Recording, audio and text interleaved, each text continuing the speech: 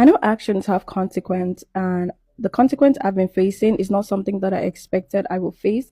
So I just wanted to share it for maybe a new creator or someone who's going to come into the space eventually. So please listen. Every single time I make a post, these are the kind of comments that I get to see on my feed. Even though I see a lot of positive energy and good comments, I still get to see these ones.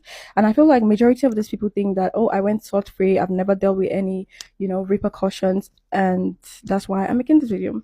So lately, I noticed that I've been blacklisted among influencers. Initially, I thought I was overthinking because naturally I overthink, right? So I'm like, oh, you're just overthinking this thing. It's not what you think. But then one of them just confirmed it for me.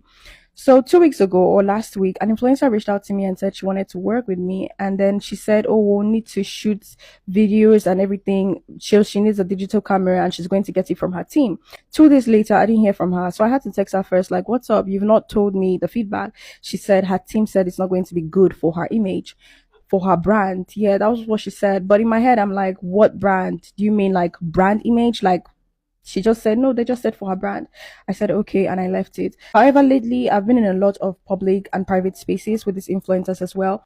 And I've also noticed a certain behavior. While they are super nice to me, as opposed to what people say, they're actually very nice. I've also noticed how careful they are. It's like they don't want to be seen or even like feel like they're around me or anything.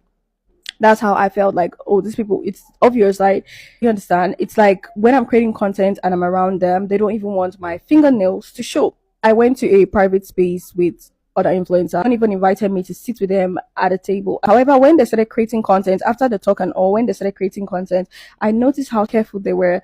As a girl, you always know, your instinct to always tell you that these people are struggling to avoid you. So when I noticed it, I became very uncomfortable and I tried to leave. The lady who invited me to sit with them, she noticed it and she said she's going to work me out. And when she started working me out, she was now trying to self-explain, like, oh, are you okay? Is everything okay? In my face, just mere looking at my face, you could tell that everything was not okay.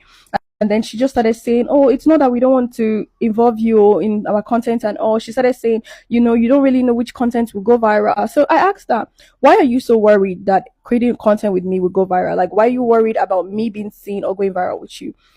The reason why I'm saying this is because a lot of people don't know that maybe I've been facing consequences, and being blacklisted is a consequence. Like I said, or I've not said this, but working in an office where you feel very uncomfortable with the people that you're working with, or they are behaving very careful around you, is actually a very big consequence. The loneliness that you feel being alone in this space is actually really heavy.